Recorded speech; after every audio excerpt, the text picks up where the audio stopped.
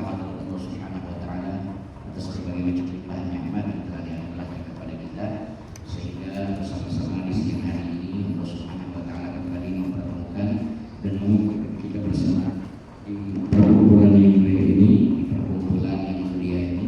Semoga Allah Subhanahu wa taala senantiasa membimbing kita di jalan hidayahnya, sehingga kita digolongkan termasuk golongan hamba-hamba yang bertakwa kepadanya, hamba yang didekatkan kepadanya, hamba yang diridhai olehnya, dan hamba yang telah akan dimasukkan ke dalam surganya. Amin ya rabbal alamin. Tanpa sholawat beriring salam semoga senantiasa terlimpah curahkan kepada baginda agung Nabi besar Muhammad sallallahu alaihi wasallam beserta para keluarga, para sahabat dan para pengikut beliau hingga hari kiamat. Ma'asyiral ikhwan wal akhwat wal hadirin wal hadirat rahimani wa rahimakumullah. Lanjutkan daripada pembacaan kita Taqribatus Sadidah, yaitu pada pembahasan sebelumnya kita masih membahas tentang sunnah-sunnah di dalam sholat. Sunnah-sunnah di dalam sholat. Terakhir kita membahas tentang beberapa sunnah-sunnah di dalam sujud. Maka sekarang sunnah yang berikutnya adalah sunnah ketika duduk di antara dua sujud. Sunnah duduk di antara dua sujud. Duduk di antara dua sujudnya itu rukun. Duduknya rukun. Duduk di antara dua sujud itu rukun sholat. Hak wajib hukumnya rukun deh. Kalau tidak dilakukan maka tidak sah sholat. Dan lagi pula kalau tidak pakai duduk, cak mana bisa jadi dua sujud kalau tidak bisa oleh duduk. Maka duduk itu rukun. Tapi dalam duduk itu ada sunnah-sunnah di dalamnya. Di antaranya apa? Wahwa al-iftirash. Duduknya duduk iftirash. Namanya duduk iftirash. Duduk di antara dua sujud, duduknya iftirash. Yaitu wahwa an yaj'ala ka'bani rijlihi yusra farshan lahu wa yansiba rijlahu yumna wa yuwajjiha asabi'aha al-qiblah wa waqra yadayhi ala fakhidhihi. Yaitu duduk iftirash itu adalah dia menjadikan kakinya atau telapak kakinya yang sebelah kiri sebagai bantalan untuk dia duduk. Ya, dia menjadikan telapak kaki yang sebelah kiri sebagai bantalan untuk dia duduk, dan dia menegakkan kakinya yang kanan serta jari-jarinya menghadap kiblat. Kaki yang kanan tadi ditegakkan dan jari-jari kaki kanan itu menghadap kiblat. Jadi duduk iftirash itu duduk di antara dua sujud. Ya. Duduk yang begini nih. Nah, ini iftirash. Ya. Ini duduk iftirash. Jadi kaki yang ini ditegakkan, jari yang menghadap kiblat lurus ke depan, yang ini dijadikan bantalan. Ini disebut iftirash. Ini yang paling afdal. Ada juga yang mengatakan iftirash seperti ini. Ya. Tapi tentu yang ini lebih mu'tamad, lebih afdal. Yang begini ya, yang ditegakkan. Begini ya boleh, sah ya sah saja. Nah duduk di antara dua sujud yang macam ini boleh tak? Ya boleh saja, cuma tidak dapat sunnah. Sunnahnya ini iftirash. Iftirash itu begini. Ya.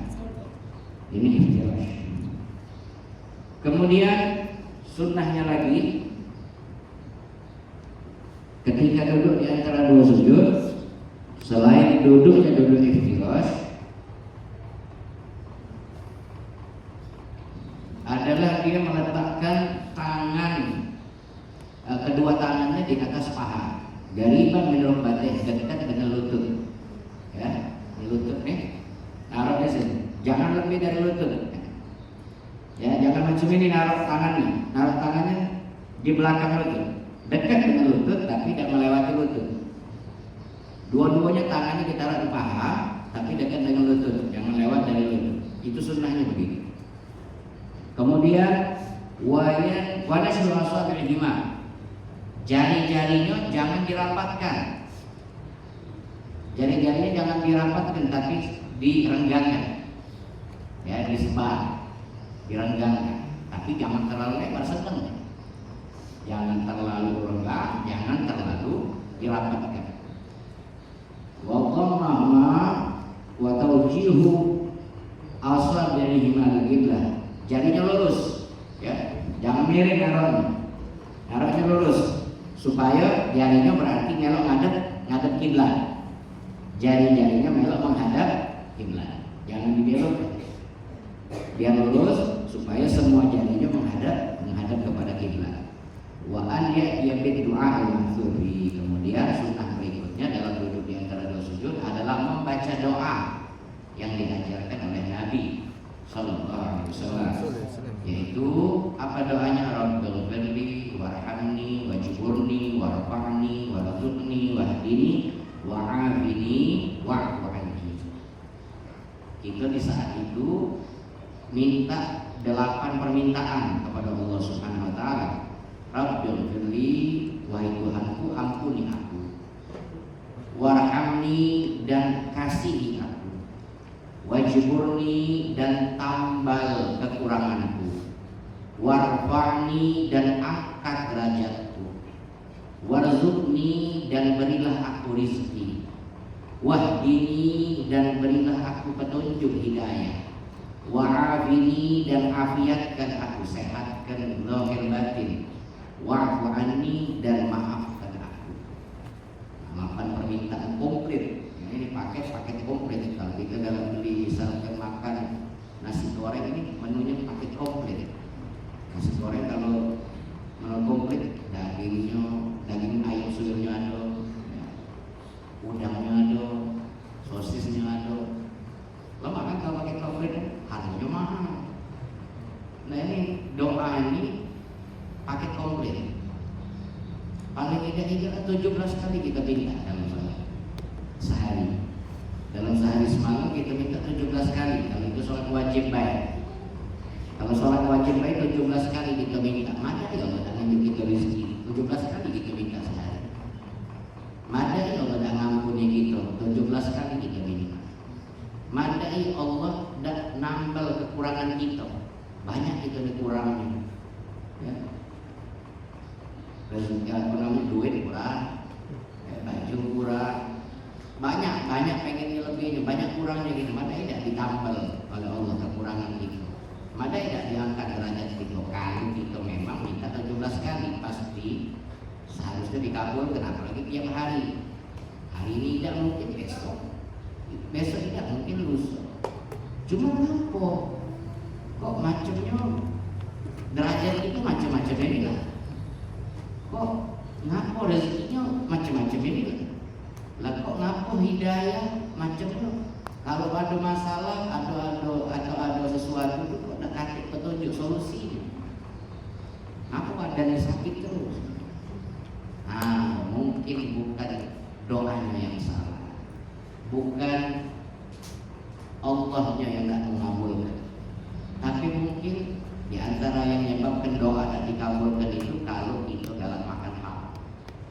Kalau kita makan yang haram atau memakai pakaian tapi hasil dari uang yang haram, maka itu menyebabkan doa jegit-jegit, membuat doa itu tidak dikabul sama Allah. Jangan galau-galau dari harga baju tadi misalnya dia beli 100.000, 1.000-nya duit haram, itu membuat bisa jadi doanya dan dikabul. Jadi bukan doanya yang salah, bukan Allah yang tidak mengabulkan, ada salah di kita.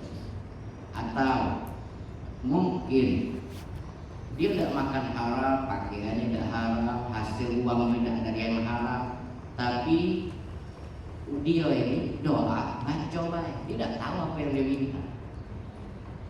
Kita tidak ngerti macam-macam ya, Rabbul firli warhamni wajburni warfa'ni warzuqni wahdini wa'afini wa'fu anni. Dari kecil macam itu tahu tak apa yang kita minta itu? Tidak tahu, pokoknya baca ya. Nah ini bisa jadi penyebabnya karena kita tidak tahu apa yang kita minta. Macam kita misalkan nak ngadakan acara rakyat atau acara desa, ya, 17-an, bikinlah proposal. Butuhnya ada macam-macam kebutuhannya. Mungkin butuh tenda, butuh panjat pinang, butuh biaya untuk beli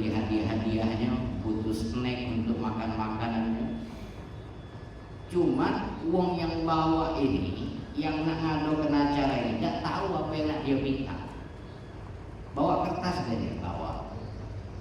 Dia bekerja, dia yang punya acara, ya, atau rame-rame nih atas nama warga yang punya acara, tapi seluruh warganya tadi itu tidak kati yang tahu apa yang dia minta. Giliran pas bawa kertas ditanya, apa dia ini? Tidak tahu. Kayak kira-kira yang mana nak diinjil? Untuk apa ini? Tidak tahu, pokoknya injil ada itu. Nak ngadu kenapa? Bawa kertas kosong. Padahal nak ngadu kan kamu kalau dia mau ini warganya pengen nak ngadakan 17-an, ada pengen ada lombanya bagus-bagus. Jangan lomba-lomba yang lomba nangis. Apa ya lomba nangis? Ya Allah, nangis itu bukan lomba. Lomba nangis ingat lah yang sedih-sedih, nangis loh. Macam-macam tuh alhamdulillah, jangan di sini ada lomba nangis. Lomba jangan yang aneh-aneh, jangan yang lanang main bola makin dasar. Ya, jangan. Bukan pakaiannya itu. Lanang jangan nyerupai Medino, jangan itu nak lucu tapi salah kaprah. Nak lucu, nak supaya rame, supaya heboh, supaya seru, tapi kelewat batas. Ya.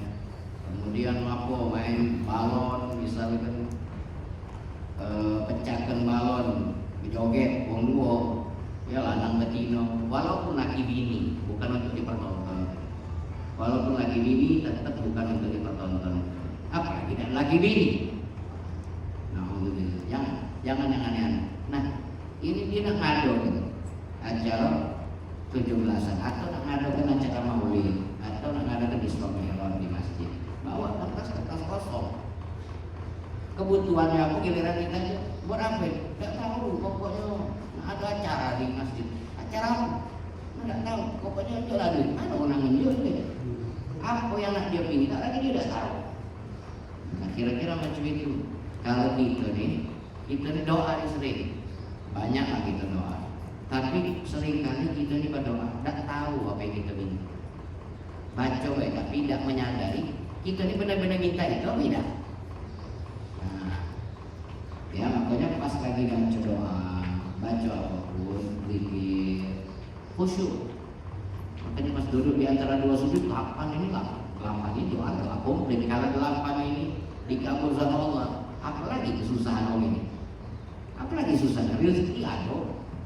Hidayah dapat, badannya sehat, zahir batinnya sehat, ya, hatinya sehat, maksudnya hatinya sehat, tidak punya dendam sama orang, tidak punya benci sama orang, tidak punya suudzon, berusaha tidak curigaan sama orang, nah tenang hatinya nyaman, ningok orang tidak ada bingung, santai, tidak kacau masalah di hidup.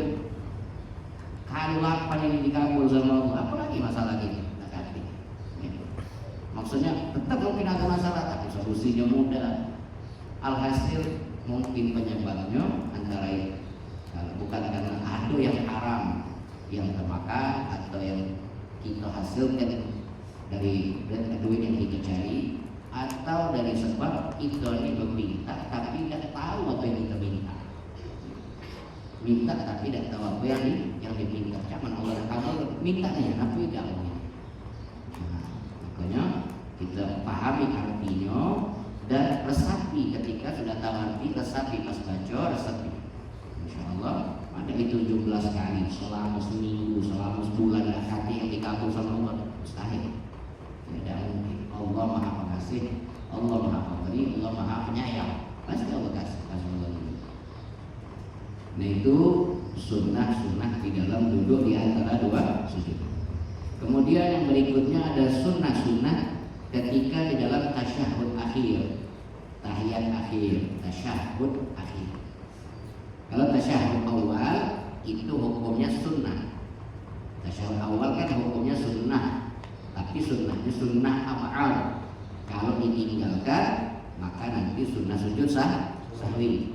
Nah duduknya tasyahud awal duduknya sama seperti duduk di antara dua sujud. Sunnahnya iftirash. Tapi kalau duduk tasyahud akhir, sunnah duduknya tawarruk. Namanya tawarruk. Duduk tasyahud akhir, tahiyat akhir, yaitu duduk tawarruk itu adalah meletakkan tangan yang sebelah kiri, ya, wawakru atawarruk wa an yajlisa ala wajhi al-aysar wa yukhraju rijlahu al-yusra min jihati al-yumna wa yansibu rijlahu al-yumna wa yuwajjihu asabi'aha al-qiblah. Nah, duduk tawarruk itu adalah duduk di atas bokong yang sebelah kiri dan dia keluarkan kaki kirinya dari arah kanan, kemudian dia menegakkan kaki kanannya serta jari-jari kaki kanan menghadap kiblat. Duduk tawarruk itu duduk tahiyat akhir, masyhur ya. Duduk tawarruk begini. Nah, ya. Jadi kita duduk di atas bokong yang kiri, kaki kiri dikeluarkan ke arah kanan, keluarkan ini. Jangan didudukin, dikeluarkan. Kemudian kaki kanannya ditegakkan, jari-jarinya ngadep kiblat. Nah, ditegakkan jari-jari ngadep kiblat. Nah, ini duduk namanya duduk tawarruk. Ini duduk yang sunnah di tasyahud akhir. Duduk tasyahud akhir begini boleh tak? Iftirash boleh, tapi tidak mendapatkan sunnahnya. Karena sunnah di tasyahud akhir duduknya tawarruk. Ya. Kalau duduknya macam ini, duduknya masalah duduknya sah-sah baik. Ya. Cuma sunnahnya adalah tawarruk. Kalau duduk macam ini cakap. Nah, ini tawarruk separuh ini namanya. Ya. Dari tegak ini. Berarti tidak sempurna juga dapat pahala sunnahnya, tidak sempurna. Kalau masih mampu ditegakkan, tegak. Kalau sudah tidak mampu lagi, ya tidak masalah. Ya. Kalau sudah tidak mampu lagi tegak, kalau 3 jari coba. Paling tidak 1 jari, ya. Coba kan 1 jari. Ya, kalau udah pacak limo-limonya coba 3 jari. Tidak pacak 3 1 jari, tidak pacak juga ya sudah. Tidak apa. Tapi kalau masih bisa harus sempurna. Kalau tidak dia tidak dapat pahala sempurnanya sunnah. Ada dulu tawar. Kemudian itu duduknya, sunnah duduknya tawarruk tasyahud akhir. Kemudian wawat ayatihi yusra wa sa'idi ala al-fakhidil aisar mabsutatan mamumatan. Dia meletakkan tangan kiri, ya, di atas paha kiri, tangan kiri di atas paha kiri dalam keadaan mansyurah, jangan terlalu rapat, jangan juga terlalu renggang, sedang, sama seperti tadi. Jangan melewati lutut, ya, pas belakang lutut naruhnya. Jangan terlalu dilebarkannya, renggang, jangan juga terlalu dirapatkan, sedang. Sedang. Kemudian tangan kanannya wawat al-yadil yumna wa sa'idha 'ala al-fakhidil ayman taraf ar-rukbah al-yumna maghbudah illa al-muhallalah wa wad' al-ibham asfal al-muhallalah aw bi janibih wa raf' al-muhallalah 'inda qawlihi illallah bila tahdikin laha hatta salam.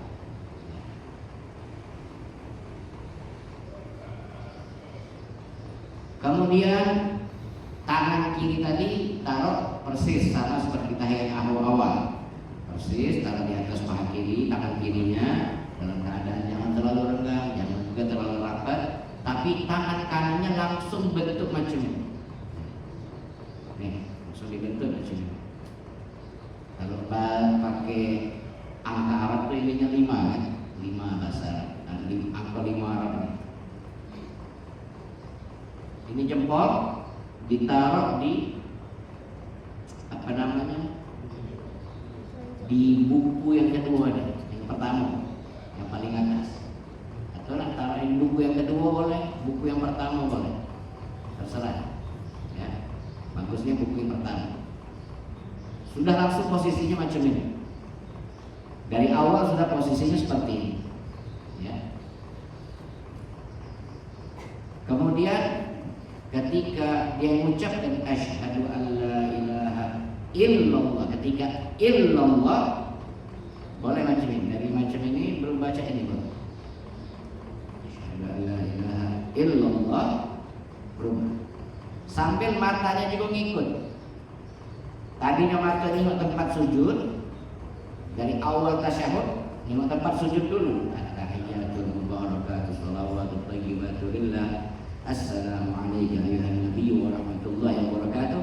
Assalamu alayna wa ala salihin. Asyhadu an la ilaha illallah. Nah, berubah matanya. Ketika illallah, matanya berubah nengok telunjuk, mandang kepada telunjuk. Illallah, mandang kepada telunjuk. Terus sampai salam. Jarinya macam itulah, matanya juga melihat, memandang kepada jari telunjuk sampai salam. Wan nadhar ila muhallillah ba'da rafiha ila salam. Wal ityan bi akmalit tasyahhud wa yazidu khamsa kalimatin wa hiya al-mubarakat as-salawat at-tayyibat wa lam ta'rif as-salam bis-salamain.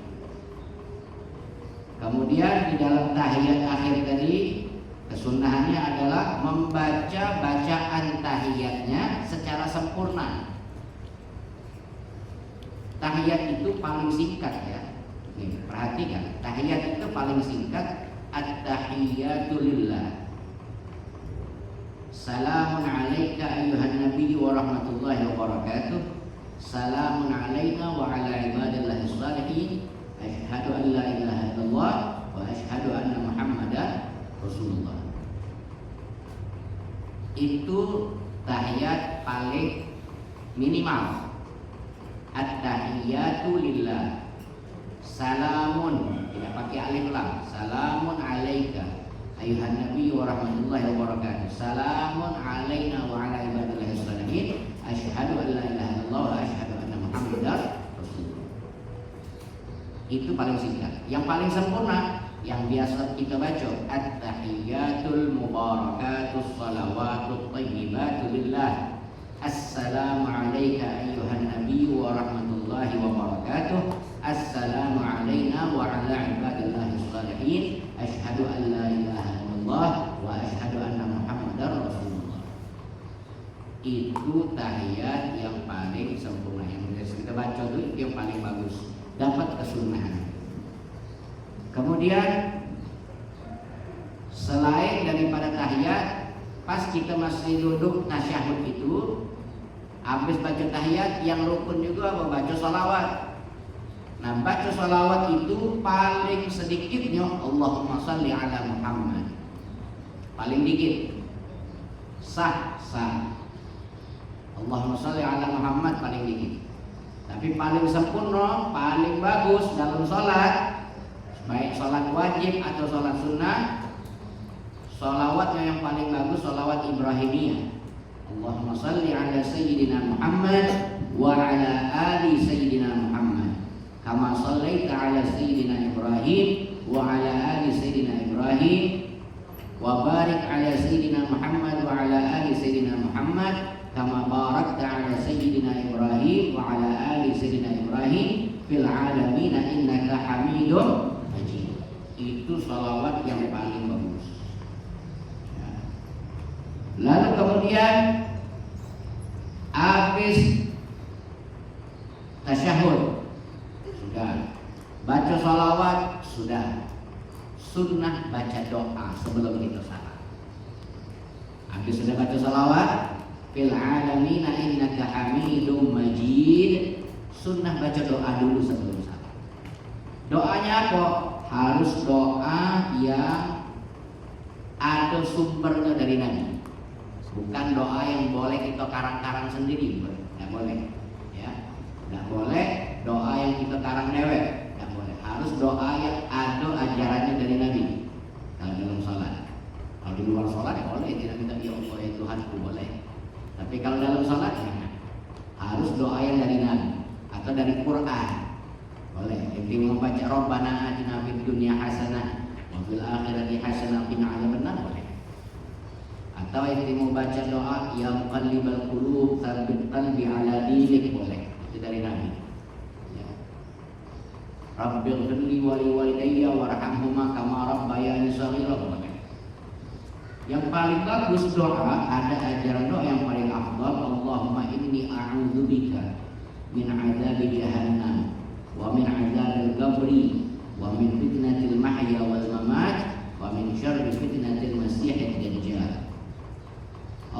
Allahumma ighfir li ma qaddamtu wa ma akhartu wa ma asrartu wa ma a'lantu wa ma asraftu wa ma anta a'lamu bihi minni antal muqaddim wa antal muakhir la ilaha illa anta. Ini doa yang diajarkan Nabi SAW kepada Sayyidina Abu Bakar Siddiq radhiyallahu ta'ala. Doa yang diajarkan Nabi yang paling afdal. Kemudian ada lagi doa yang juga Nabi ajarkan kepada Sayyidina Abu Bakar Siddiq, Allahumma inni dhalamtu nafsi zulman katsiran kabiran wa la yaghfiru dzunuba illa anta faghfir li maghfiratan min 'indik warhamni innaka antal ghafurur rahim. Jadi habis baca sholawat, baca doa dulu sebelum salat. Ya. Kalau itu jadi imam, ambil yang singkat. Kalau kita jadi makmum, ikut imam. Kalau sekiranya masih lama imam tahiyat, baca doa yang panjang sambil nunggu imam salam. Daripada yang diam baik, dibaca doa. Allahumma inni a'udzubika min 'adzabi jahannam. Ya Allah, aku berlindung kepadamu dari azab neraka jahannam, wa min 'adzabil qabri, dan dari azab kubur, wa min fitnatil mahya wal mamat, dan daripada fitnah hidup dan fitnah mati, fitnah kehidupan dan fitnah kematian, wa min syarri fitnatil masiihid dajjal, dan dari keburukan fitnah dajjal. Allahumma ighfirli, ya Allah ampuni aku, lima qaddamtu, dari dosa-dosa yang telah lalu yang aku lakukan, wa ma akhartu, ataupun nanti yang aku akan datang, wa ma asrartu, dan dari dosa yang aku sembunyikan, wa ma a'lantu, dan dari dosa yang aku terang-terangan melakukannya, wa ma anta a'lamu bihi minni, wa ma asraftu, dan dosa yang aku berlebih-lebihan melakukannya, wa ma anta a'lamu bihi minni, dan dosa yang engkau lebih tahu dari diriku. Faghfirli, maka ampuni aku, fa innahu la yaghfiru dzunuba illa anta, karena tidak ada yang bisa mengampuni dosa kecuali hanya Engkau. Ini doanya, doa yang diajarkan yang paling afdal ini doa. Ini baca setiap habis sholawat dalam sholat. Karena kita tidak tahu apakah azab kubur itu azab yang mengerikan. Semua azab jahannam, azab kubur, fitnah kehidupannya macam-macam, ujian kehidupan, ujian kematian, macam-macam. Kemudian apa? Buruknya fitnah dajjal. Entah kita mengalami atau tidak. Buruknya fitnah dajjal, kita mengalami atau tidak, wallahu a'lam. Tapi kalau kita baca doa ini juga akan bermanfaat untuk generasi anak-anak kita. Kalau anak kita ajarkan, dia baca juga. Bermanfaat juga untuk anaknya supaya dilindungi dari fitnah dajjal. Karena fitnah dajjal ini wong mukmin bae baca berubah. Ya. Fitnah dajjal ini dahsyat. Orang sekarang dah pakai fitnah duit bae banyak cepat berubah, apalagi fitnah dajjal. Ya. Fitnah duit bae banyak berubah. Kalau duit kecil tak perlu lah. Ya. Kalau besar sudah punjuk 100 juta. Mikir itu. Kalau sudah mulai nilainya 100 juta, sudah tahu punjuk bukan Innova lah. Mulai mikir, tidak pernah terbayang sama dia duit sejuta, dia tidak pernah bayang ini. Tiba-tiba ada yang nunjuk mobil Innova itu 100 juta. Oh yang itu fitnah duit. Ini fitnah saja lebih lagi dari itu. Wong tua yang sudah meninggal baca dihidupkan lagi. Tapi sebenarnya tidak, bukan orang tua kita yang hidup. Hanya anak buah dajjal, itu para syaitan, ya, yang kemudian menyerupai orang tua kita. Yang kemudian kakek dibangun mengatakan, iya nak, benernya itu Tuhan kita. Apa yang orang dengan duit 1 M berubah, 1 miliar berubah, 1 triliun berubah. Dajjal lebih hebat dari 1 miliar, 1 triliun. Fitnahnya lebih hebat. Kita tergantung tingkatan orang. Ada orang yang mudah kena tipu, ya, tipu sedikit baik. Ada orang cuma ninjau sejuta kan sudah berubah. Ada orang tak baca 1 juta, 10 juta baru berubah. Ada yang 100 juta baru berubah. Ada yang 1 miliar baru berubah. Ada yang 1 triliun itu baru duit. Ini dajjal lebih hebat fitnahnya daripada fitnah duit. Dan ada yang lebih hebat. ada yang lebih dikhawatirkan oleh Nabi SAW daripada fitnah Dajjal. Apa? Ulama yang buruk, ulama usul, ulama yang buruk fitnahnya lebih dikhawatirkan oleh Nabi daripada fitnah Dajjal, karena dia sesat dan menyesatkan. Berapa banyak orang jadi banyak salah gara-gara punya atau ngikutin atau belajar kepada ulama yang salah. Maksudnya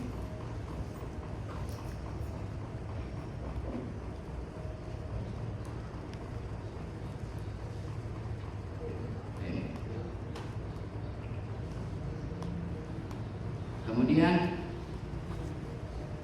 selesai daripada itu, kalau sudah baca doa tadi, berarti kita tinggal salam. Nah, salam sunnahnya di dalam salam an yabtadi bihi wa wajhu mustaqbilal qiblah wa wajhu mustaqbilal qiblah wa taslimatuz zaniyah wa al-iltifatu bi haythu yuraqatu fi taslimatain. Sunnahnya salam adalah awalnya dia ketika ini ketika assalamualaikum warahmatullahi wabarakatuh.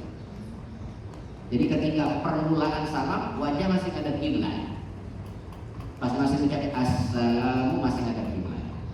Pas assalamualaikum warahmatullahi, assalamualaikum warahmatullahi, beloknya itu ya nolehnya sekiranya orang yang dari belakang bisa melihat pipinya. Orang yang dari belakang bisa nengok pipi.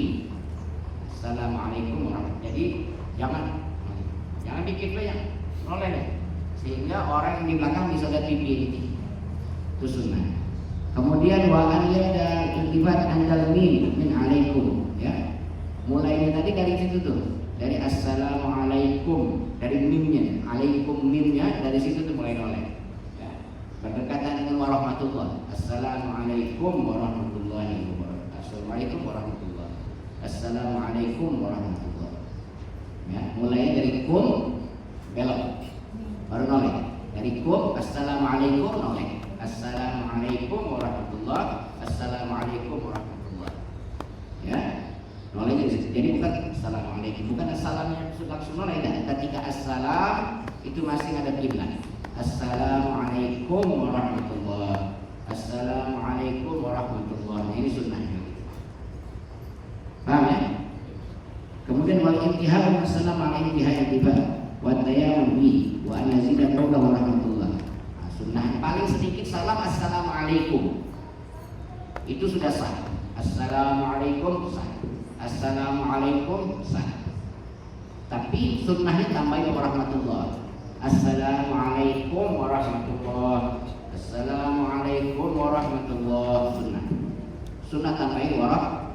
Tapi jangan tambahin wabarakatuh. Ya, makruh ditambah wabarakatuh. Kecuali hanya sunnah di saat sholat jenazah. Sunnah pakai wabarakatuh saat sholat jenazah. Kalau sholat jenazah pakai wabarakatuh. Assalamualaikum warahmatullahi wabarakatuh. Assalamualaikum warahmatullahi wabarakatuh. Khusus sholat jenazah. Kalau bukan sholat jenazah jangan pakai wabarakatuh. Ya. Kemudian sunnahnya lagi dipisah antara salam pertama dengan salam kedua. Sekiranya ada jeda. Jadi jangan assalamualaikum warahmatullahi, assalamualaikum, sebentar saja jeda, seukuran subhanallah 2 detik lah, ya, 1 detik 2 detik. Assalamualaikum warahmatullahi, assalamualaikum warahmatullahi. Jangan langsung dijeda minimal seukuran subhanallah. Sunnah. Lalu niat sunnahnya, niat keluar dari sholat pada saat salam pertama. Pada saat salam pertama niat keluar dari sholat, maksudnya niat selesai dari sholat. Assalamualaikum warahmatullahi. Dalam hati kita masang niat selesai dari sholat. Niat dalam hati, niat selesai dari sholat dan niat untuk memberi salam kepada para malaikat, kepada kaum mukmin baik dari kalangan manusia maupun dari kalangan jin di dalam kedua salam. Di dalam kedua salam, ketika salam pertama dan salam kedua, niat Pertama, salam pertama niat selesai dari sholat. Dalam hati saja niat selesai dari sholat. Assalamualaikum warahmatullahi. Sekaligus kita niat salam kepada semua malaikat dan semua yang beriman dari kalangan manusia dan dari kalangan jin yang ada di arah sebelah kanan. Semua sampai ujung barat. Dan kita salam ketika salam yang sebelah kiri juga begitu. Niat salam kepada para malaikat dan semua yang beriman dari kalangan manusia dan jin yang ada di arah sebelah kiri sampai ke ujung timur.